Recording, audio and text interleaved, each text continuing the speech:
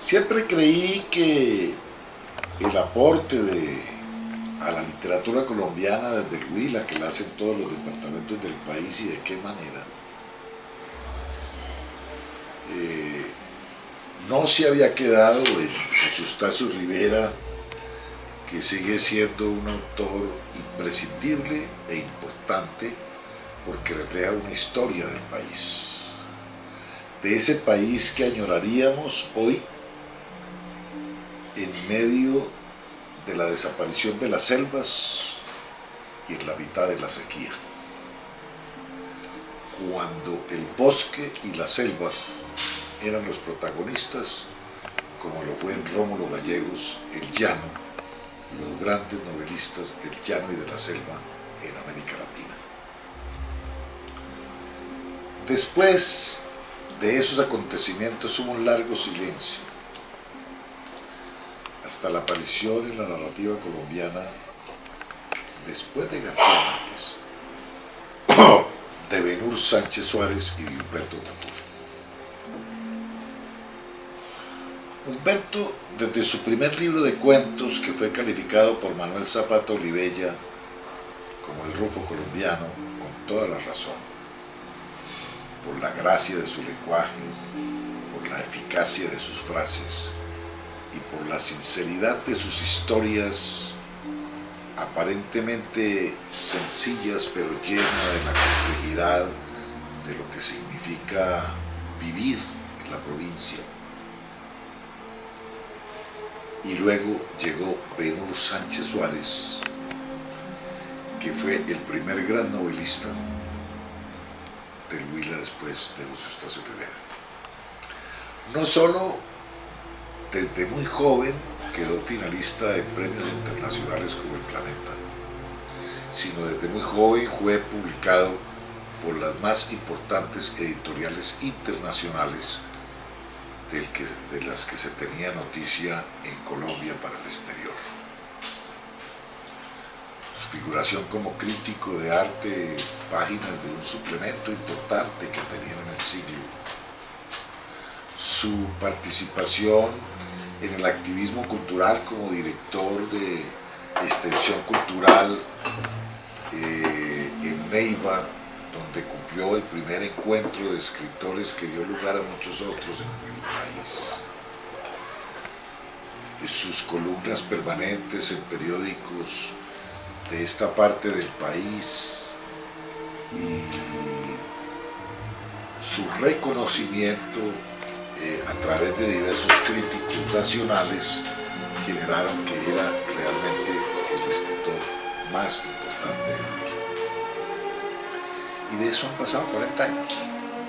40 años, 4 décadas de un largo silencio donde han existido docenas de escritores que de manera episódica, como Flor de un Día, aparece con un libro, que de manera episódica aparece con un concurso regional, que de manera episódica aparecen con buenas intenciones, pero no son capaces de seguir portando la camiseta de la literatura hasta el final.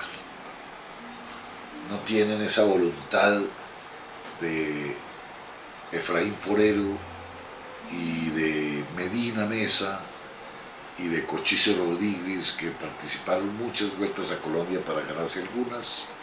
Rubén Darío. Y Rubén Darío no les interesaba ganarse ninguna vuelta distinta a existir mediante una devoción absolutamente loca, en apariencia, como era la de escribir. Y pasaron 4 décadas hasta que tuve la fortuna de encontrarme, como usualmente se hace desde hace más de 2 décadas, casi 3, en la Feria Internacional del Libro, con escritores que uno conoce superficialmente y con los que tiene la amabilidad de compartir libros. Tú me entregas tu libro, yo te entrego mi libro, y yo me quedé con un libro de Marco Polo, de quien ya conocía que era un escritor colombiano de Huila, y que había leído un poco de forma superficial con cierto desdén, y para entonces no me convenció de que hubiese sino como la fabricación de un sueño que seguramente iba a ser más grande. Y es cuando me queda su novela,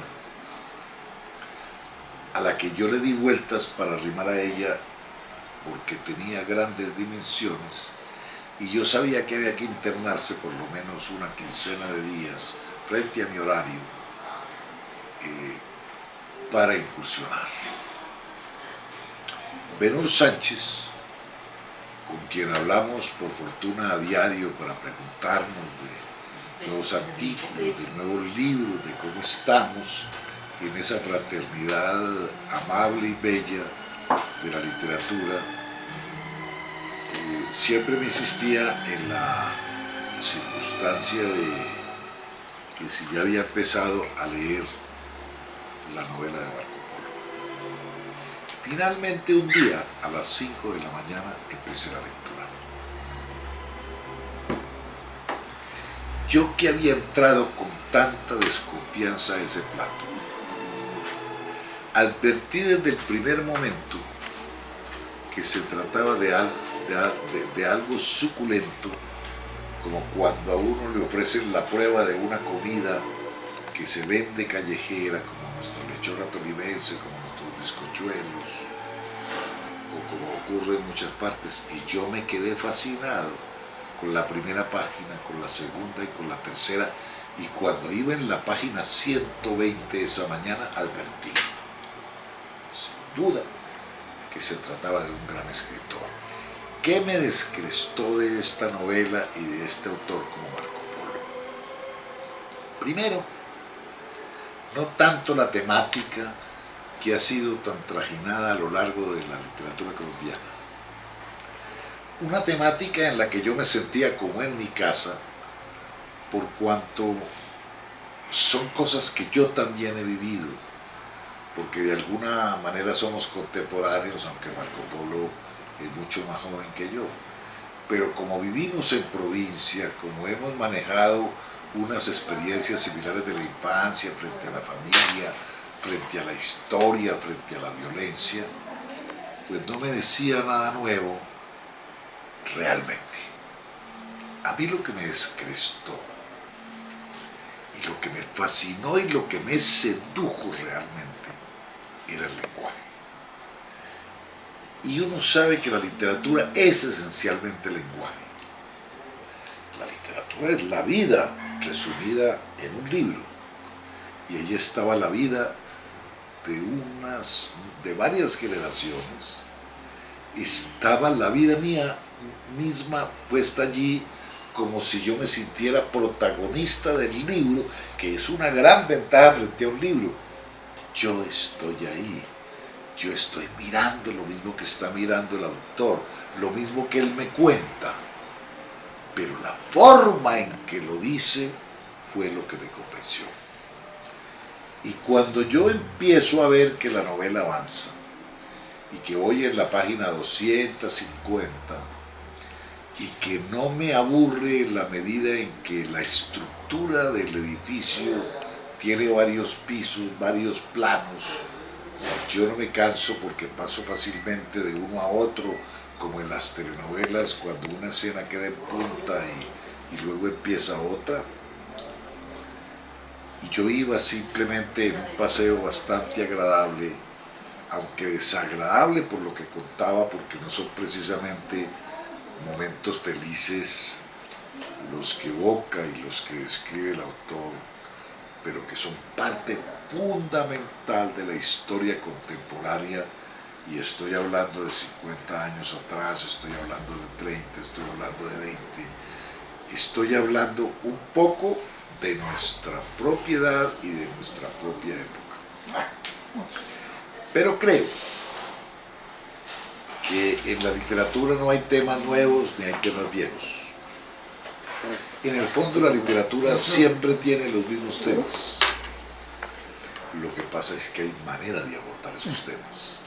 Y aquí hay una manera fabulosa de abordarlos, donde a veces lo truculento se vuelve poético lo terrible se vuelve hermoso y es capaz de despertar lágrimas, y en donde las escenas van captadas de una manera sensible y no sensibilera, y contadas de una manera fría, pero que no despierta la frialdad del lector. Cuando un libro, a mi juicio, más de lo que cuenta, la forma en que lo que cuenta está bien dicho y la estructura de lo que dice está bien dada, yo siento que aquí hay un gran escritor, porque estoy cansado de leer muchos libros que son un poco como el papel higiénico que se bota a la caneca, a veces con desprecio, y aquí uno se queda en sus páginas.